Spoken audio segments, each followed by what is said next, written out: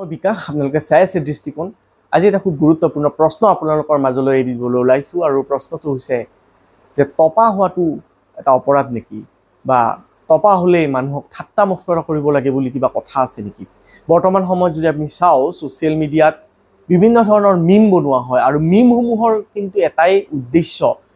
মানুহক হেয় প্ৰতিপন্ন কৰা বিভিন্ন ধৰণৰ বিভিন্ন বিষয়ত মিম প্ৰস্তুত কৰা হয় আৰু সোশ্যাল মিডিয়াত যদি আমি লক্ষ্য কৰোঁ বৰ্তমান সময়ত দেখা পাইছো যে বিভিন্ন ধৰণৰ কেম্পত লাখ লাখ টপা মানুহ গৈছে কেৱল এটাই আশা যে অলপ হলেও চুলি গজিব আৰু অলপ কিছুমানে সুফল পোৱা দেখা গৈছে কিন্তু ই কিমান দীৰ্ঘস্থায়ী হয় হেতুহে ডাঙৰ কথা আজিৰ দিনত বহুত কোম্পানীয়ে এই যে হেয়াৰ কেয়াৰ বুলি কয় বা চুলি গজোৱাৰ কাৰণে বিভিন্ন ধৰণৰ প্ৰডাক্ট উলিয়াইছে হয়তো কিছুমানে তেল উলিয়াইছে কিছুমানে অন্যান্য প্ৰডাক্ট কিছুমান উলিয়াইছে ক্ৰীম উলিয়াইছে এই প্ৰডাক্টসমূহ যদি বিক্ৰী কৰিব পাৰে তেতিয়াহ'লে সেই কোম্পানীসমূহ যথেষ্ট লাভৱান হয় কাৰণ আমাৰ যিসকল মানুহৰ চুলি কম তেওঁলোকৰ সেলফ কনফিডেন্সটো যথেষ্ট কম নিজাকে কিবা এটা চিন্তা কৰাৰ আগত প্ৰথমে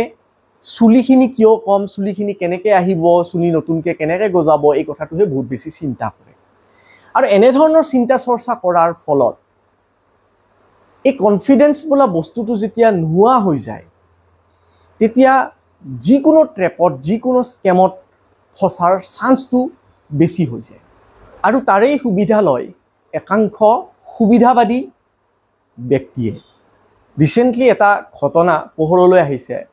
যে হায়দৰাবাদত এনেকৈ হেয়াৰ গ্ৰো কৰাৰ নতুন এটা স্কেম ওলাইছিল আৰু সেই স্কেমটোত যিগৰাকী ব্যক্তি জড়িত হৈ আছিল সেই ব্যক্তিগৰাকীক ইতিমধ্যে প্ৰশাসনে গ্ৰেপ্তাৰ কৰা এটা বাতৰি ওলাইছে আপোনালোকক স্ক্ৰীনত সেই বাতৰিটো মই শ্বেয়াৰ কৰিছোঁ হায়দৰাবাদৰ ঘটনা মই কোৱা নাই যে অসমতো তেনেকুৱা কিবা ঘটনা ঘটি আছে হয়তো তেনেকুৱা ঘটনা নহ'ব পাৰে আৰু এটা ভিডিঅ' ভাইৰেল হৈছিল সেই ভিডিঅ'টো হৈছে গুজৰাটতো একে ধৰণে মানুহৰ চুলি গজাবৰ কাৰণে বিভিন্ন ধৰণৰ প্ৰক্ৰিয়া ব্যৱহাৰ কৰা হৈছিল এতিয়া কথাটো হ'ল যিসকল মানুহৰ চুলি কম তেওঁলোকে এটা কথা বুজি উঠা উচিত যে আপোনালোকৰ বডিত বিভিন্ন ধৰণৰ ডেফিচিয়েঞ্চি আছে যাৰ কাৰণে চুলি সৰিবলৈ আৰম্ভ কৰে কিন্তু তাক গজাবৰ কাৰণে অকল কিবা তেল লগালে যে আপোনালোকৰ চুলি আহিব সেইটো কিন্তু নহয় আপোনালোকৰ শৰীৰত ভিটামিন মিনাৰেল আদিৰ অভাৱ হোৱাৰ ফলত এই চুলি সৰা আৰম্ভ হয় বিশেষকৈ ভিটামিন বি বায়োটিন B12 আদিৰ ডেফিচিয়েঞ্চিৰ ফলত চুলি সৰিবলৈ আৰম্ভ কৰে চুলিৰ যিটো ষ্ট্ৰেংথ সেই ষ্ট্ৰেংথটো মানে নোহোৱা হৈ যায় ভিটামিন ইৰ অভাৱত আমাৰ যিটো স্কাল্প আছে বা চুলি আছে এই চুলিলৈ যিটো ব্লাড ফ্লো আহিব লাগে সেই ব্লাড ফ্লোটো কমি যায় যদি ভিটামিন ইৰ অভাৱ থাকে ভিটামিন চি নোহোৱা হ'লে চুলিৰ ষ্ট্ৰেংথ কমি যায় আৰু তাৰ ফলত চুলি সৰিবলৈ আৰম্ভ কৰে যদি কেৰাটিন নামৰ প্ৰটিন এবিধ আছে সেই প্ৰটিনৰ অভাৱত আমাৰ চুলি সৰিবলৈ আৰম্ভ কৰে কলাজেন প্ৰডাকশ্যনৰ বন্ধ হোৱাৰ ফলত চুলি সৰিবলৈ আৰম্ভ কৰে বিভিন্ন ধৰণৰ মিনাৰেল যেনে আইৰণৰ অভাৱত আমাৰ চুলি সৰিবলৈ আৰম্ভ কৰে জিংক মেগনেছিয়াম আদি মিনাৰেলসমূহৰ অভাৱত চুলি সৰিবলৈ আৰম্ভ কৰে ইয়াৰ উপৰিও আন কিছুমান ফেক্টৰ যেনে জেনেটিক ফেক্টৰ কিছুমান আছে হৰমনেল ইমবেলেন্স হ'লেও চুলি সৰিবলৈ আৰম্ভ কৰে লগতে অন্যান্য কিছুমান বেমাৰৰ কাৰণেও চুলি সৰিবলৈ আৰম্ভ কৰে চুলি সৰা প্ৰক্ৰিয়াটো এদিনৰ দুদিনৰ নহয় কিন্তু বহুত দিনৰ পৰাই অলপকৈ সৰি লাহে লাহে নোহোৱা হ'বলৈ আৰম্ভ কৰে কিছুমানৰ পিছৰ ফালে চুলিখিনি নোহোৱা হয় কিছুমানৰ আগৰ ফালে চুলিখিনি নোহোৱা হয় কিছুমানৰ আকৌ গোটেই চুলিখিনিয়ে নোহোৱা হ'বলৈ আৰম্ভ কৰে ফাৰ্ষ্ট এটা ষ্টেজ পাৰ হৈ এই মানে তপা বুলি যিটো কয় সেই ষ্টেজটো আহি যায় এতিয়া মানুহ এজনৰ যেতিয়া চুলি নোহোৱা হৈ পৰে তেতিয়া মানুহজনে কনফিডেন্স হেৰুৱাই পেলাই যিকোনো কাম এটা কৰাৰ আগতে চুলিৰ চিন্তাটোৱে আগতে আহি থাকে ফলত যিকোনো কাম এটা কৰাৰ ক্ষেত্ৰত বাধা আহে যদি আমি সমাজৰ কথাটো চাওঁ আমি সমাজত দেখিবলৈ পাওঁ যে চুলি নোহোৱা মানুহখিনিক খুব ঠাট্টা মস্কৰা কৰা হয় আগতে দেখিবলৈ পাইছিলোঁ যে ইংৰাজৰ দিনত বৰ্ণ বৈষম্য আছিল বগা আৰু কলা এই দুটা কালাৰক লৈ মানুহক বৈষম্যত বিভাগ কৰিছিল এতিয়া বৰ্তমান সময়ত চুলি নোহোৱা মানুহক বিভিন্ন ধৰণে ঠাট্টা মস্কৰা বিভিন্ন কাৰকসমূহৰ পৰা আপোনালোকে কি বুজি পালে যে আমাৰ শৰীৰত যদি ভিটামিনৰ অভাৱ থাকে মিনাৰেলৰ অভাৱ থাকে জেনেটিক কাৰণ থাকে এই বিভিন্ন কাৰকৰ ফলত আমাৰ চুলি সৰিব পাৰে চুলিৰ যদি ষ্ট্ৰেংথ ভালে ৰাখিব লাগে তেতিয়া আমি একদম সৰুৰ পৰাই তাক কেয়াৰ কৰিব লাগিব আমাৰ খাদ্য প্ৰণালীটো ভালে ৰাখিব লাগিব আমাৰ বডিটোক হাইড্ৰেটেড কৰি ৰাখিব লাগিব তেতিয়াহে আমাৰ শৰীৰত এটা ভাল প্ৰক্ৰিয়াৰ মাজেৰে চুলি ষ্ট্ৰেংথ বাঢ়িব চুলি নহৰাকে থাকিব কিন্তু আমি যদি এই কিছুমান স্কেম বা কিছুমান প্ৰক্ৰিয়াৰ মাধ্যমেৰে যদি চুলি গজাবলৈ যাওঁ কি কিমান দীৰ্ঘস্থায়ী হ'ব সেই কথাটো আমি অলপমান লজিকেলি চোৱাটো যথেষ্ট দৰকাৰ আমি সচৰাচৰ দেখিছোঁ যে যিসকল ব্যক্তিৰ চুলি কম বা একেবাৰে টপা তেওঁলোকে যথেষ্ট হীনমান্যতাত ভোগে আৰু যিটো নিজৰ সেলফ কনফিডেন্স সেইটো হেৰুৱাই পেলায় সেলফ কনফিডেন্স হেৰুৱাৰ ফলত মানুহ এজন ডিপ্ৰেশ্যনলৈ গুচি যায় ডিপ্ৰেশ্যন হোৱাৰ পিছত যিখিনি চুলি আছে সেইখিনিও মানে হেৰুৱাবলৈ আৰম্ভ কৰে আৰম্ভণিতে বা প্ৰথম যিবিলাক ষ্টেজ চুলি সৰাৰ থাকে সেই চুলি সৰাৰ ষ্টেজবিলাকত মানুহে বহুত চিন্তা চৰ্চা কৰে বিভিন্ন ধৰণৰ প্ৰডাক্ট ব্যৱহাৰ কৰে যিটো ৰিকমেণ্ড কৰে সেই প্ৰডাক্টটোৱে ব্যৱহাৰ কৰে বিশেষকৈ আজিকালি মানুহে গুগল চাই ইউটিউব চাই তাৰ পৰা ৰিকমেণ্ডেড প্ৰডাক্টসমূহ ব্যৱহাৰ কৰিব আৰম্ভ কৰে আমি দেখিছোঁ যে আমাৰ মাৰ্কেটত কিছুমান তেল আছে কিছুমান ক্ৰীম আছে যিবিলাকে হেয়াৰ গ্ৰোথ কৰিব বুলি ক্লেইম কৰে ক্লেইমটো কিমান সঁচা বা কিমান মিছা সেইটো চাইণ্টিফিকেলি বা লজিকেলি চিন্তা চৰ্চা কৰি চোৱা উচিত বজাৰত আদিবাসী বুলি এটা তেল আছে সেই আদিবাসী তেলটোক লৈ বহুত স্কেম চলি আছে বহুত বেলেগ বেলেগ কোম্পানী আছে যিবিলাকে মানে ডুপ্লিকেট আদিবাসী তেলো ব্যৱহাৰ কৰি আমাৰ ৰাইজক সেই তেলসমূহ বিক্ৰী কৰি আছে গতিকে অৰিজিনেল হয়তো আদিবাসী তেলটোৱে অলপমান চুলি গ্ৰোথ কৰাত সহায় কৰিব পাৰে কিন্তু অৰিজিনেল তেলটো আমাৰ কিমানজনে লগাইছে সেইটো চিন্তা কৰিবলগীয়া বিষয় আদিবাসী তেলৰ দৰে আৰু বহুত এনেকুৱা প্ৰডাক্ট আছে যিবিলাক প্ৰডাক্ট আমাৰ মানুহে ব্যৱহাৰ কৰে চুলি গজাবৰ কাৰণে কিন্তু সুফল নাপায় সুফল নোপোৱাৰ ফলত মানুহ এজন অলৰেডি ডিপ্ৰেশ্যনত আছে কিন্তু সুফল নোপোৱাৰ ফলত আকৌ ডিপ্ৰেশ্যনত গুচি যায় যে ইমান খৰচ কৰিলোঁ ইমান তেল লগালোঁ ইমান ক্ৰীম লগালোঁ কিন্তু চুলিৰ গ্ৰোথ নহ'ল এনেকৈ মানুহ এজন যেতিয়া বাৰে বাৰে ডিপ্ৰেশ্যনত গুচি যায় নিজৰ কনফিডেন্সটো নোহোৱা হৈ যায় তেতিয়া কিন্তু যিটো লাইফষ্টাইল তাত বহুত হেম্পাৰ আহি পৰে এতিয়া এনেকুৱা এটা পৰিস্থিতিৰ সৃষ্টি হৈছে যে য'তেই চুলি গজিব বুলি এটা ক্ষীণ আশা থাকে ততেই মানুহে দৌৰি যায় আৰু যাৰ ফলত বৰ্তমান কিছুমান কেম্প আমাৰ অসমতো চলি আছে বা অসমৰ বাহিৰতো চলি আছে কিন্তু অসমৰ বাহিৰত মই কিন্তু দেখিছোঁ যে এনেকুৱা চুলি গজোৱাৰ স্কেমো কিছুমান মানে পোহৰলৈ আহিছে যিবিলাক স্কেমত সেই একেধৰণে তেল কিছুমান ব্যৱহাৰ কৰে ক্ৰীম ব্যৱহাৰ কৰে কিন্তু পিছত চুলি নগজে সাইড এফেক্ট হয় যাৰ ফলত বিভিন্ন ধৰণৰ কমপ্লেইন হৈছে হায়দৰাবাদৰ যিটো ঘটনা মই আপোনালোকক জনালোঁ যে হায়দৰাবাদত এনেকুৱা এটা ঘটনা ঘটিছে যে চুলি গজাব বুলি তেল ঘঁহিছিল তাৰপিছত সাইড এফেক্ট আৰম্ভ হ'ল আৰু তাৰপিছতে কমপ্লেইন হোৱাৰ পিছত সেই মানুহজনক প্ৰশাসনে ধৰি পেলালে গতিকে এনেধৰণৰ স্কেমৰ পৰা আচলতে আমি বাচি থাকিব লাগে কাৰণ যিকোনো প্ৰডাক্ট আমি ব্যৱহাৰ কৰাৰ আগতে সেই প্ৰডাক্টটোত কি কি ইনগ্ৰিডিয়েণ্ট আছে কি কি বস্তু আছে সেইখিনি অলপমান আমি জানি লোৱাটো উচিত কোনোবাই ক'লে বুলিয়ে আমি সেই প্ৰডাক্টটো ব্যৱহাৰ কৰিব গ'লে আমাৰ কিমান ক্ষতি হ'ব পাৰে সেই কথাটো অলপমান হ'লেও আপোনালোকে ভাবি চোৱা উচিত চুলি নাই বুজি পাইছোঁ কিন্তু চুলি গজোৱাৰ কাৰণে আপোনালোকে যদি নিজৰ ছালখনকে যদি পুৰি পেলায় ছালখনতে যদি এলাৰ্জিৰ আৰম্ভ কৰাৰ কাৰণে বিভিন্ন ধৰণৰ ঔষধ বিভিন্ন ধৰণৰ মলম বিভিন্ন ধৰণৰ তেল লগাবলৈ আৰম্ভ কৰে তেতিয়াহ'লে ক্ষতিটো কাৰ বেছি হ'ব অলৰেডি ডিপ্ৰেশ্যন আছে আকৌ যদি বেমাৰ অলপমান চপাই লোৱা হয় তেতিয়াহ'লে আপোনালোকে ভালকৈ জীয়াই থাকিব পাৰিব জানো এই কথাটো আপোনালোকে ভাবক কোনোবাই মাতিলেই আপোনালোকে চুলি গজাবলৈ নাযাব হয়তো কোনোবা ক্ষেত্ৰত